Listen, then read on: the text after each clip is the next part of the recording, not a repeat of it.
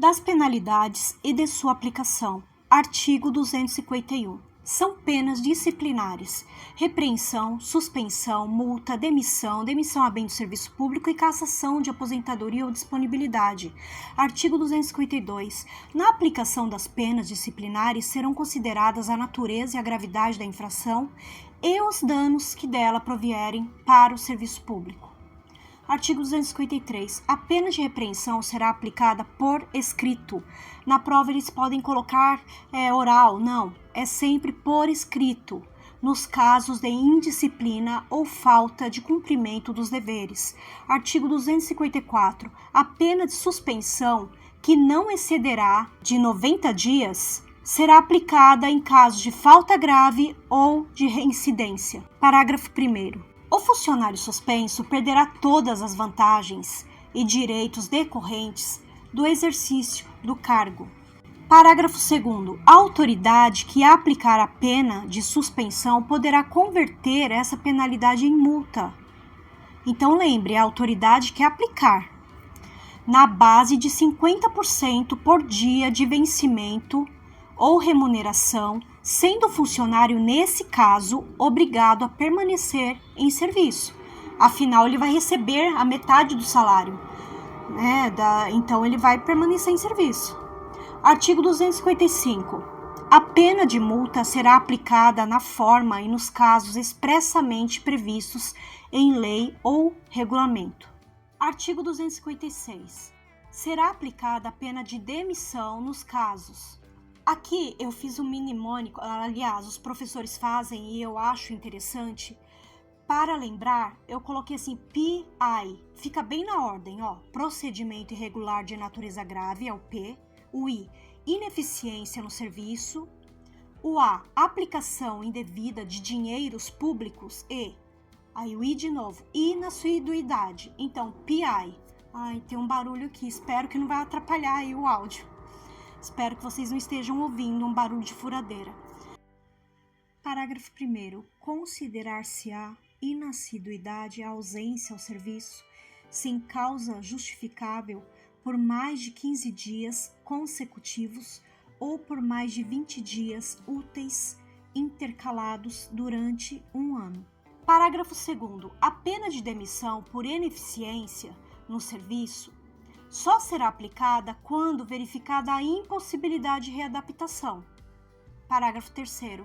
Para a configuração do ilícito administrativo de inassiduidade em razão da ausência ao serviço por mais de 15 dias consecutivos, observar-se-á o seguinte: serão computados os sábados, os domingos, os feriados e os pontos facultativos subsequentes à primeira falta. Se o funcionário cumprir a jornada de trabalho sob regime de plantão, além dos sábados, dos domingos, dos feriados e dos pontos facultativos, serão computados os dias de folga subsequentes aos plantões a que tenha faltado. Artigo 257. Será aplicada a pena de demissão a bem do serviço público ao funcionário que... Aqui você vai pensar sempre em casos mais graves. For convencido de incontinência pública escandalosa e de vício de jogos proibidos. 2.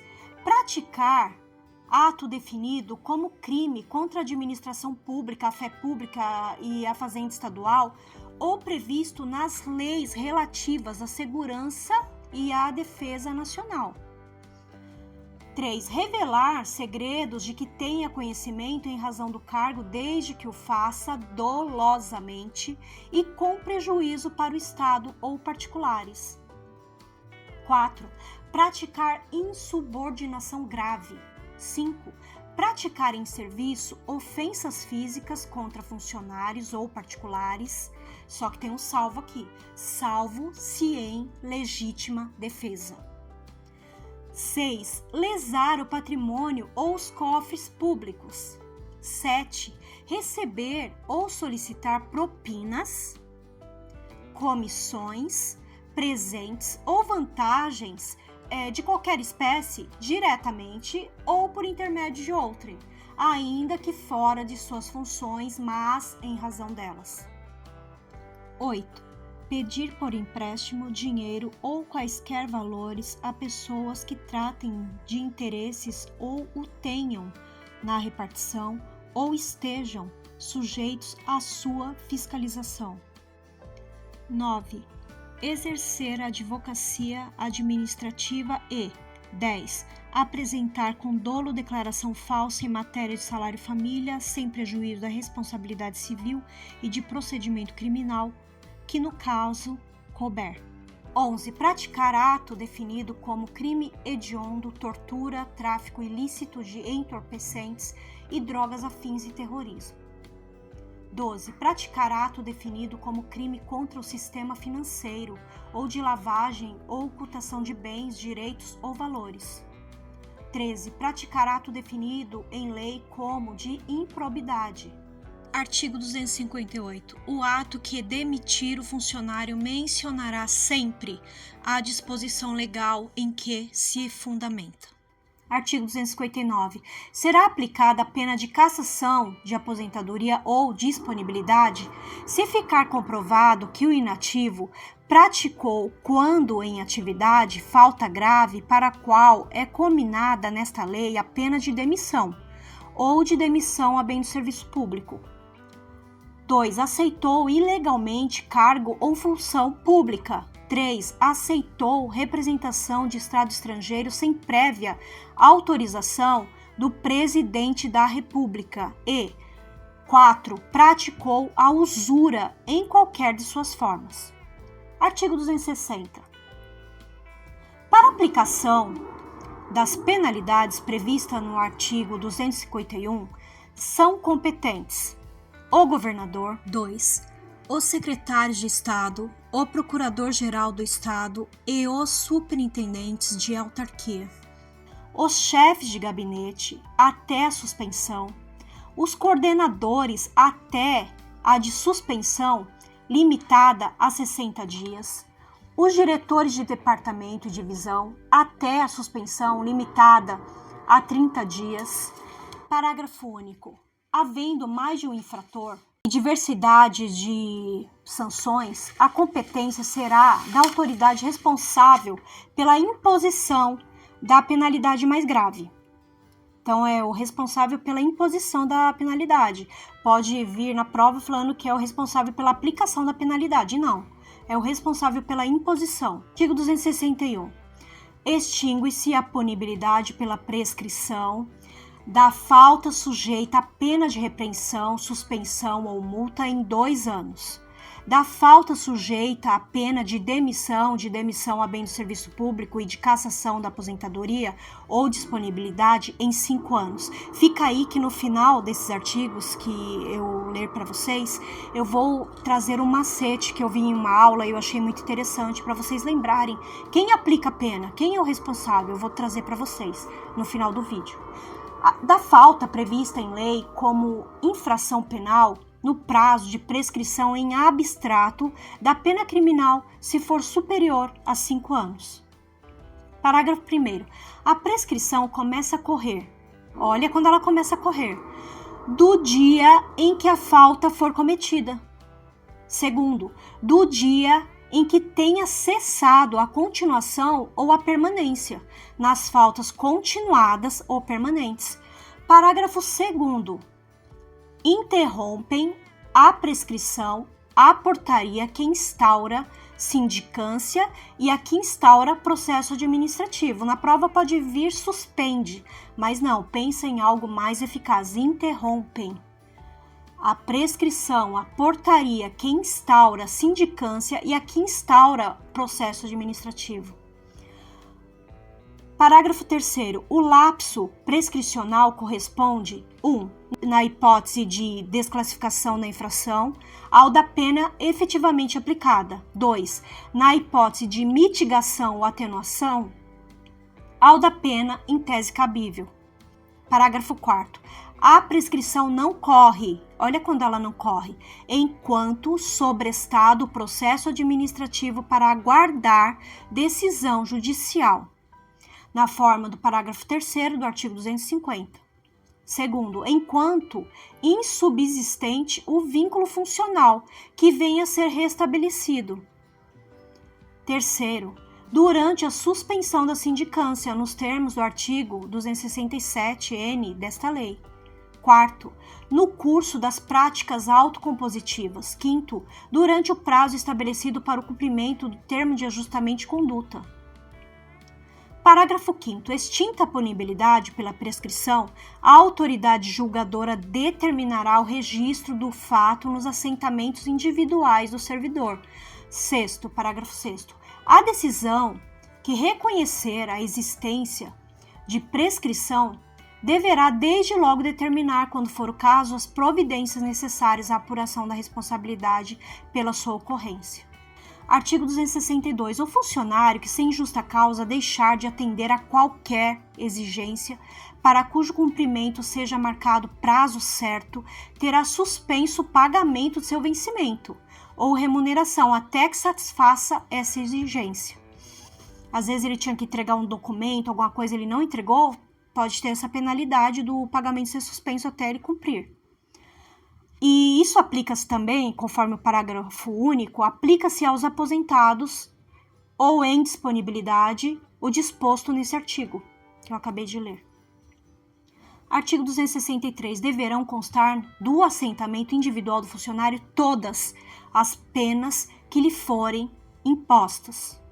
Artigo 264. A autoridade que, por qualquer meio, tiver conhecimento de irregularidades praticadas por funcionário, adotará providências visando a sua imediata apuração, sem prejuízo das medidas urgentes que o interesse da administração exigir, podendo submeter o caso às práticas autocompositivas ou propor celebração de termo de ajustamento de conduta.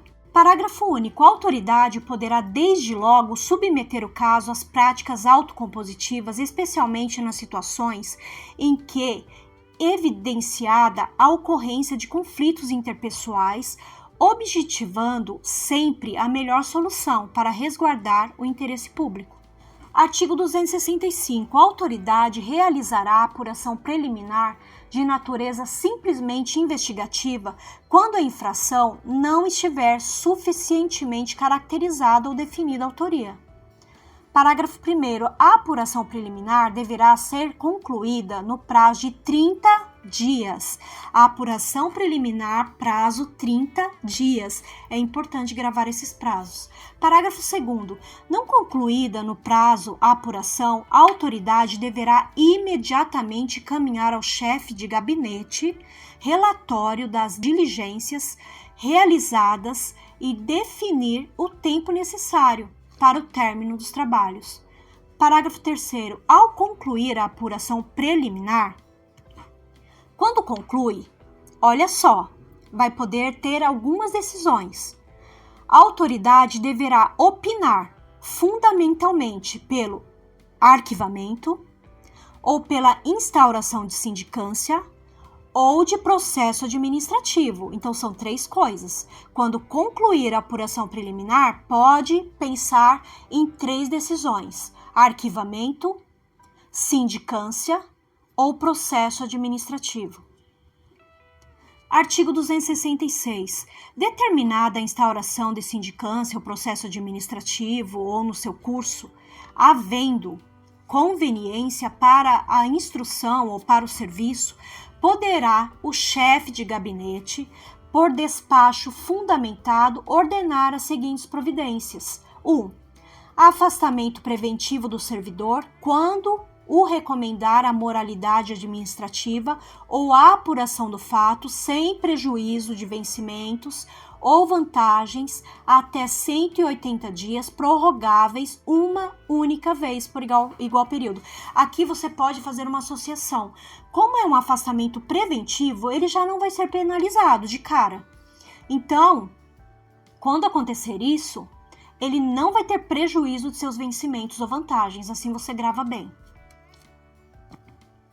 Segundo, designação do servidor acusado para o exercício de atividades exclusivamente burocráticas até a decisão final do procedimento. Terceiro, recolhimento de carteira funcional, distintivo, armas e algemas. Quarto, proibição de porte de armas. Quinto, comparecimento obrigatório em periodicidade a ser estabelecida para tomar conhecimento dos atos do procedimento. Parágrafo 1º. A autoridade que determinar a instauração ou presidir a sindicância ou processo administrativo poderá, não deverá, poderá representar ao chefe de gabinete para propor a aplicação das medidas previstas neste artigo, bem como sua cessação ou alteração. Tudo aquilo que eu falei, aquelas proibições, recolher arma, tudo isso, ou ele também pode alterar, deixar um, tirar o outro, pode fazer essa alteração. Parágrafo 2º. O chefe de gabinete poderá, a qualquer momento, por despacho fundamentado, fazer cessar ou alterar as medidas previstas neste artigo. Artigo 267. O período de afastamento preventivo computa-se como de efetivo exercício, não sendo descontado da pena de suspensão eventualmente aplicada. Agora nós vamos para uma parte que é das práticas autocompositivas, do termo de ajustamento de conduta e da suspensão condicional da sindicância. Artigo 267-A. A autoridade competente para determinar a apuração de irregularidade, a instauração de sindicância ou processo administrativo e o procurador do Estado responsável por sua condução ficam autorizados, mediante despacho fundamentado, a propor as práticas autocompositivas, a celebração de termo de ajustamento de conduta, bem como a suspensão condicional da sindicância, nos termos desta lei. Artigo 267-B. As práticas autocompositivas a serem regulamentadas por decreto, lembra que as práticas autocompositivas elas são regulamentadas por decreto. Pode aparecer na prova que é por regulamento. Então, vamos lá. Artigos 267-B. As práticas autocompositivas a serem regulamentadas por decreto serão orientadas pelos princípios da voluntariedade, corresponsabilidade, reparação do dano, confidencialidade, informalidade, consensualidade e celeridade. Observado o seguinte: as sessões serão conduzidas por facilitador de justiça restaurativa ou mediador devidamente capacitado e realizadas em ambiente adequado que resguarde a privacidade dos participantes e a confidencialidade de suas manifestações. Então, aqui na prova pode cair que é público. Não. Aqui está falando que o ambiente vai resguardar a privacidade dos participantes e a confidencialidade de suas manifestações. Vocês gostam que eu faça comentários do artigo? Porque se vocês acharem melhor ir fluindo a leitura sem eu comentar, tudo bem. Mas eu acho importante que muitas vezes essas partes passam despercebidas. Então, eu sempre gosto quando o professor comenta. Então, quando tiver alguma coisa que eu possa comentar, eu vou comentar. Deixa nos comentários, por favor.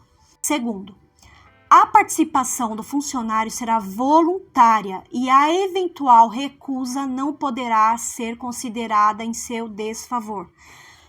Parágrafo 1º. São práticas autocompositivas a mediação, a conciliação, os processos circulares e outras técnicas de justiça restaurativa.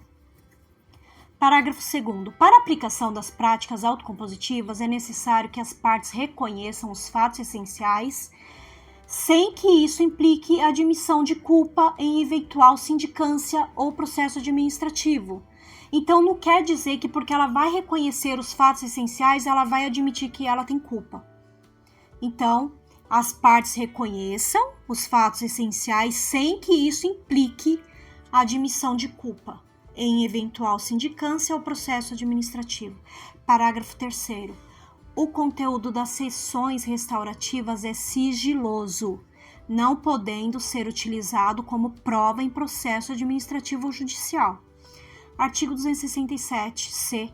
a autoridade competente para determinar a apuração de irregularidades e a instauração de sindicância ou processo administrativo e o procurador do Estado responsável por sua condução poderão, em qualquer fase, encaminhar o caso para as práticas autocompositivas mediante despacho fundamentado. Lembra, despacho fundamentado. Se na prova parecer que não é fundamentado, não é necessário, aí você vai lembrar que está errado. Parágrafo 1º. O encaminhamento às práticas autocompositivas poderá ocorrer de forma alternativa ou concorrente à sindicância ou ao processo administrativo. Parágrafo 2º. Se o encaminhamento às práticas autocompositivas se der de forma alternativa ao procedimento disciplinar, o despacho fundamentado a que se refere esse artigo suspenderá o prazo prescricional. Aqui vai suspender, não interromper, enquanto realizadas. Artigo 267-D. O acordo celebrado na sessão autocompositiva será homologado pela autoridade administrativa competente para determinar a instauração da sindicância ou pelo procurador do Estado responsável por sua condução. Parágrafo 1º. O cumprimento do acordo celebrado na sessão autocompositiva extingue a punibilidade nos casos em que, cumulativamente, 1. A conduta do funcionário não gerou prejuízo ao erário, ou este foi integralmente reparado. 2. Forem cabíveis em tese as penas de repreensão, suspensão e multa. Parágrafo 2º. Nos casos em que o cumprimento do acordo restaurativo não ensejar a extinção da punibilidade, tal acordo deverá ser considerado pela autoridade competente para a mitigação da sanção, objetivando sempre a melhor solução para o serviço público. Parágrafo 3º. A extinção da punibilidade, nos termos do parágrafo 1º deste artigo, será declarada pelo chefe de gabinete, que poderá delegar esta atribuição. Guarda bem, sabe, essas peculiaridades, porque são importantes para a prova. O termo de ajustamento de conduta é um instrumento mediante o qual o funcionário assume a responsabilidade pela irregularidade a que deu causa e compromete-se a ajustar sua conduta, bem como a observar os deveres e proibições previstos nas leis e regulamentos que regem suas atividades e reparar o dano, se houver. Parágrafo único. O termo de ajustamento de conduta poderá ser adotado nos casos de extravio ou dano a bem público que não tenham decorrido de conduta dolosa. Então, às vezes na prova vem só culposa. Não, que não tenham ocorrido de conduta dolosa praticada pelo funcionário e terá como requisito obrigatório o integral ressarcimento do prejuízo. Artigo 267-F. A celebração do termo de ajustamento de conduta poderá, eu estou frisando bem, poderá, porque pode vir deverá. Então, presta atenção, poderá. A celebração do termo de ajustamento de conduta poderá ser proposta pela autoridade competente para a instauração da apuração preliminar quando atendidos os seguintes requisitos relativos ao funcionário interessado. 1. Não ter agido com dolo ou má-fé. 2. Ter mais de 5 anos de efetivo exercício no cargo ou função. 3. Não ter sofrido punição de natureza disciplinar nos últimos 5 anos. 4. Não ter sindicância ou processo disciplinar em curso. 5. Não ter celebrado o termo de ajustamento de conduta nos últimos 3 anos. Parágrafo único. Exclusivamente para os fins do disposto no caput desse artigo, o termo de ajustamento de conduta será registrado nos assentos funcionais do funcionário. Artigo 267-G. O termo de ajustamento de conduta será homologado pelo chefe de gabinete mediante prévia manifestação da consultoria jurídica da Procuradoria-Geral do Estado acerca dos termos e condições estabelecidos. Parágrafo único. O chefe de gabinete poderá delegar a atribuição prevista nesse artigo. Artigo 267-H. A proposta de celebração do termo de ajustamento de conduta poderá ser feita de ofício ou a pedido do funcionário interessado. Parágrafo único. O pedido de celebração de termo de ajustamento de conduta feito pelo funcionário interessado poderá ser indeferido com base em juízo de admissibilidade que conclua pelo não cabimento da medida em relação à irregularidade a ser apurada. Artigo 267-I. O termo de ajustamento de conduta deverá conter aqui deverá. 1. A qualificação do funcionário envolvido. Aqui você vê que é uma coisa que não pode. Poderá. Tem que ter.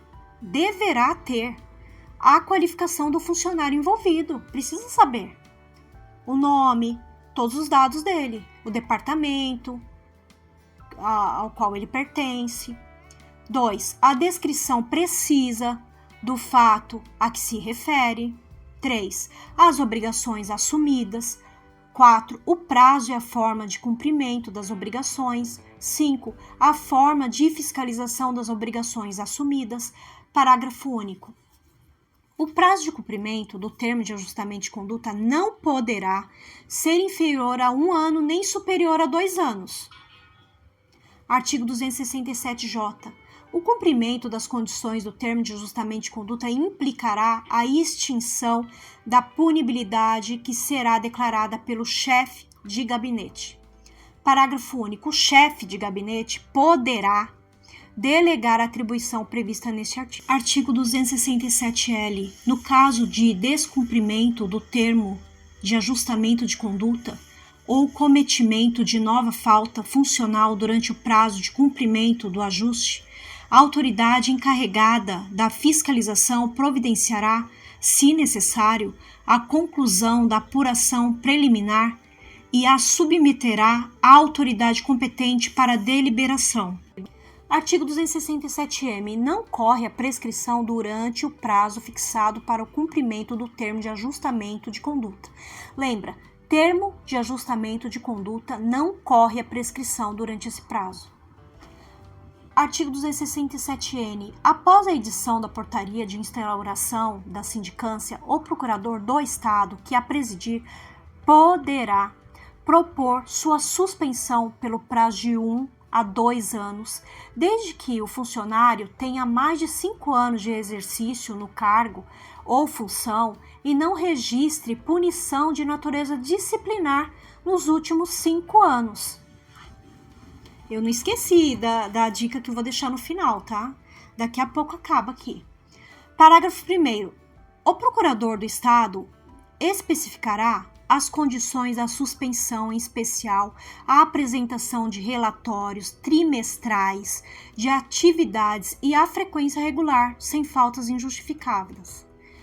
Parágrafo 2º. A suspensão será revogada se o beneficiário vier a ser processado por outra falta disciplinar ou se descumprir as condições estabelecidas no parágrafo 1º desse artigo, prosseguindo, nesses casos, o procedimento disciplinar cabível. Parágrafo 3º. Expirado o prazo da suspensão e tendo sido cumpridas as suas condições, o procurador do Estado encaminhará os autos à Secretaria de Estado ou autarquia para a declaração da extinção da punibilidade. Parágrafo 4º. Não será concedido novo benefício durante o dobro do prazo da anterior suspensão, contado da declaração de extinção da punibilidade na forma do 3º deste artigo. Parágrafo 5º.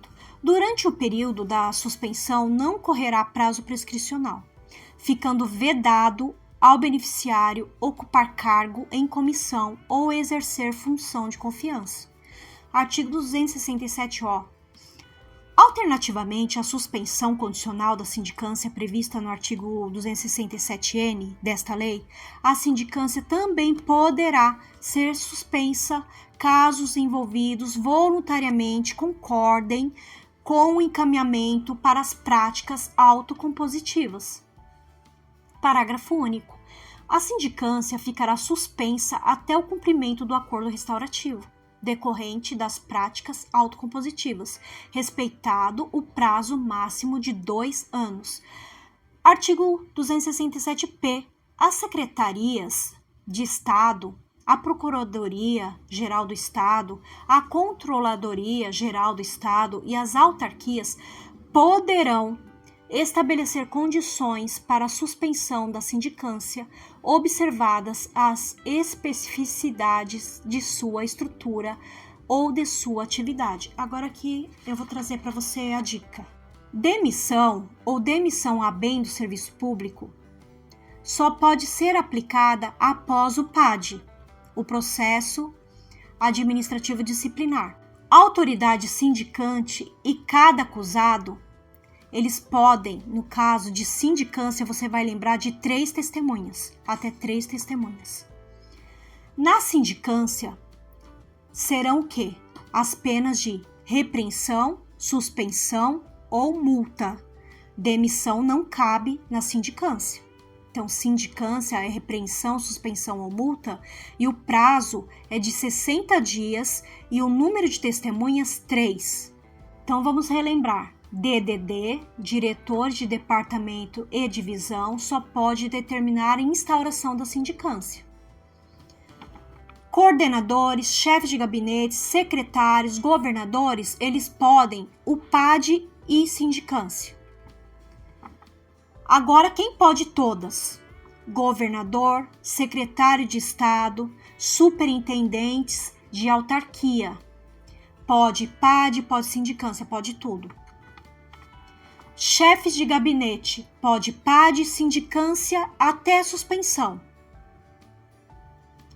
Coordenador, PAD, sindicância, suspensão limitado até 60 dias, quando são coordenadores. Diretores, que você geralmente vê numa empresa como o cargo mais elevado, aqui não. Olha a diferença. Diretores de departamento e divisão, DDD, diretores de departamento e divisão, apenas sindicância, até suspensão, limitada a 30 dias.